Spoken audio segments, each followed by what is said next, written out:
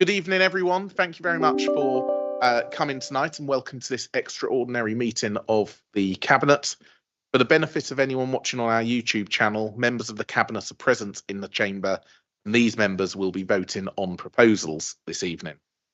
Other members of the Council are also in attendance online and can take part in discussions, ask questions, but cannot vote. I draw everyone's attention to agenda item 1, which sets out the guidance on how meetings will be conducted, including the ground rules.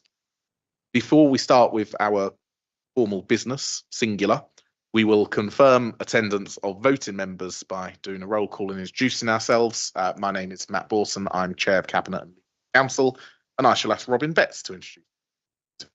Thank you, Leader. Robin Betts, Cabinet Member for Climate Change, Property and Regeneration. Thank you. Martin Coffin. Good evening. Martin Coffin, Cabinet Member for Transformation and Infrastructure. Des Kears. Yeah, good evening, everyone. Des Kears, Cabinet Member for Community Services. Kim Tanner. Good evening, everyone. Cabinet Member for Finance and Housing. Mike Taylor. Good evening, Mike Taylor, Cabinet Member for Planning. We'll move on to our officers, starting with those in the chamber. Damien, introduce yourself. Good evening, everybody. Damien Roberts, Chief Executive. Anyone, Democratic Services Officer. And online, we have the support of Adrian Stanfield. Adrian. Evening, Chair. I'm Adrian Stanfield, Director of Central Services. Thank you very much, Adrian. And if any other member wishes to speak, please do say so at the time. Right, as I said, agenda item 1 is the guidance on how meetings are conducted. Agenda item 2, our apologies for absence, but we have a full house here today. Agenda item 3 is declarations of interests. Does any member have any interest to declare? No. As this is an extraordinary meeting, next agenda item would usually be to sign off the minutes, but these minutes will come to the next meeting of Cabinet, which is on Tuesday, the 1st of April. So we move on to our one non-key decision, although it's very key in reality to the future of the borough, and that's the government's local government reorganisation programme. The papers for this were published last week, but please can I also draw everyone's attention to the supplementary papers, especially annexes 2A and 2B that were published earlier this week. The recommendations, though, remain unchanged. They're at paragraph 3.1, which is page 13 to 14 of the main agenda pack. There's obviously an awful lot in these papers, and no doubt we'll have an interesting discussion. But Damien, did you say anything to kick off from your perspective? Thank you, Leader, and thank you, members. So this is, of course, about the government's devolution agenda. And the trigger for today's meeting is a letter from the government minister on the 5th of February that confirmed that we, Tunbridge and Malling, and the rest of the councils across Kent and Medway were not in the devolution priority programme. While that letter confirmed that, it also set out a timetable for councils to submit proposals related to local government reorganisation. That's the focus of the paper today. The deadline that was set on the 5th of March was the 5th of February was the 21st of March, which is only a matter of a few weeks. The government requested interim proposals, recognising that in that very short period of time, any work that would be done could only be in outline, and then set a more detailed submission deadline of the 28th of November, where they were expecting formal submission, detailed submission about local government reorganisation, which would include proposals around geography, numbers of unitaries, and the detailed business case around how they would be delivered effectively. The set of proposals in front of you are set out in 2 annexes, Annex 2A and 2B. Annex 2A is quite high level, sets out a number of principles, and is an annex that I anticipate is likely to be agreed by all councils across the Kent and Medway region, including the County Council, the Unitary Council, and all the boroughs and districts.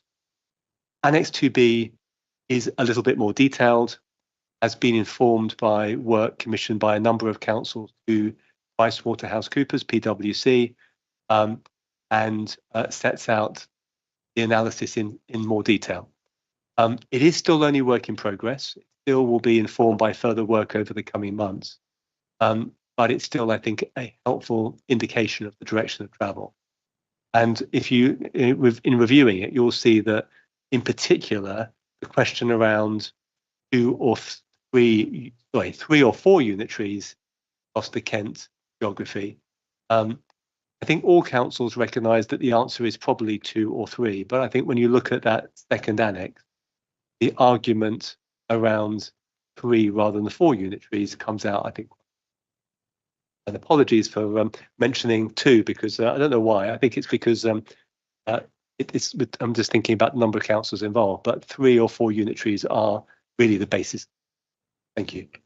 Thank you very much, Damien. As always, I will come to member time first. So if anyone would like to make any comments, please do put your hand up.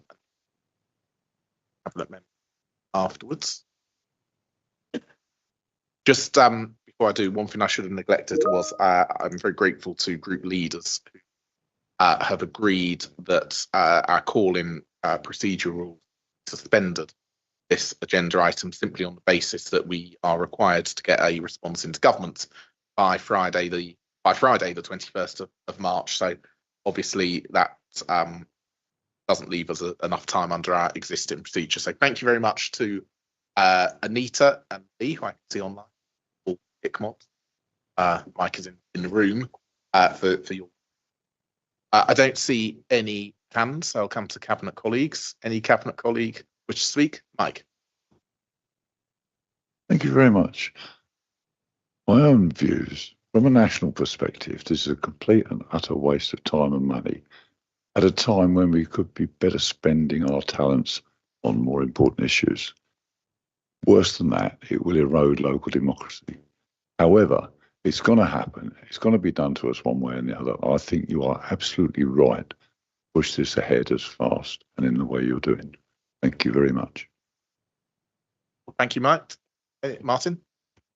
Thank you. I just thought it might be worth mentioning that there are very few comments that we're making tonight, principally because you as leader and the chief exec have kept us all very well informed through the whole process. The amount of work that you've done together with the whole council in a collegiate manner is testament to the fact that we're not asking questions, because we've got to the point where we all understand what is in this document. And I actually found document 2B a fascinating read. It was really quite interesting to see all the facts and figures drawn together in one document. So not only is it worthwhile in that respect, I think it's an incredible piece of work given the short timescale. And just want to say thank you to you both. Thank you very much, Martin. Perhaps just before we move on, I'll just make some comments of my own, because this has been somewhat time-consuming for Damien and I, and I'm very grateful to Damien for all of the efforts that he has put in with his colleagues from Kent over the past few weeks, and also for Adrian, who's online too, who I know has been sort of working hard with his counterparts too, and we're lucky to have our 2 most senior officers of the council who've been really engaged and process. But we've committed to be as transparent as possible, because as Mike says, this is very much being done to us rather than being done by us and with our wish. And obviously council gave us that endorsement at its meeting last month. This is the start of a journey. It's not by no means the end of the journey. This is an interim proposal, and I think the evidence collected so far is very clear as to what the best outcome would be. Obviously, we respect the democratic mandate of other councils, and we are required to talk to our neighbours, and that's what we'll do and will continue to do. One thing that is very clear for me is that we have a very important role in terms of both representing residents in Tunbridge and Morning and making sure any new structure works for our residents, because despite our misgivings, I think we have an obligation to the residents to ensure that any future structure delivers high quality services at the best value for money, whatever those services may be. We shouldn't take our eye off the ball that at all. I also think it's somewhat disingenuous. I can make a bit of a political mark at the moment. I will. When I hear government explain that these are bottom-up proposals, nothing bottom up about this whatsoever. Top-down direction, a statutory invitation, which was actually issued to us to say you must engage in this process. So it does irk me somewhat. Government ministers make those comments. However, I think where we've got to is a really good place at the moment. We'll continue, thank you for your kind words, Martin, to work collaboratively and collegiately with our neighbours across Kent, and also to keep informed as often as possible. And anyone watching on YouTube who is a regular viewer of some of our committee meetings will have seen that we're going to scrutiny committee, parish partnership panel, went to Tunbridge Committee to provide an update at that point in time. It is very fast moving, and we'll continue to do that at relevant committee meetings too.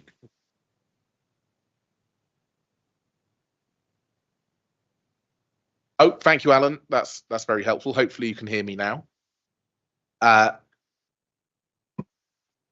shall change microphones just to make sure that's better, because fortunately two are within easy reach of me.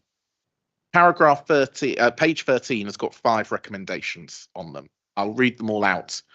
The first is simply to note the invitation that is set out at Annex 1, which refers to local government reorganisation and that we must work with other councils. I'll take these one at a time, Cabinet. So can we note that, please? Noted. Paragraph 3.1.2 asks us to agree the draft interim submission as set out at Annex 2A and 2B that has been prepared in response to the government's invitation. Can we agree that, please? That was agreed unanimously. Paragraph 3.1.3 asks you to delegate to me any final drafting changes that may be needed ahead of the submission deadline on Friday. Agree that, please? That was agreed unanimously. Paragraph 3.4 asks us to agree an initial budget of up to £10,000 funded from the Transformation Reserve to help fund the preliminary financial and technical data analysis evidence base that's been necessary to inform this work. And as Damien said, we expect further work we know further work will have to take place over the next few months. So if we can use £10,000 from the Transformation Reserve, can we agree that, Cabinet? Agreed unanimously. And then 3.1.5 asks us to agree to receive a further report to establish a budget to meet the costs associated with this transition once this is known. Can we agree that? They were all agreed collectively. Can I, just taking them all together, I'm happy to propose them all. Chair, can we second it, please? Martin, and can we agree them all together? Excellent, thank you. Thought I would ensure that was all. Listen, thank you all. We have no urgent items. Agenda item 5. We don't need to go into private at agenda item 6. So at 7:44, I can close the meeting. Thank you all for coming tonight, and thank you everyone for dialing in and watching. Thank you very much.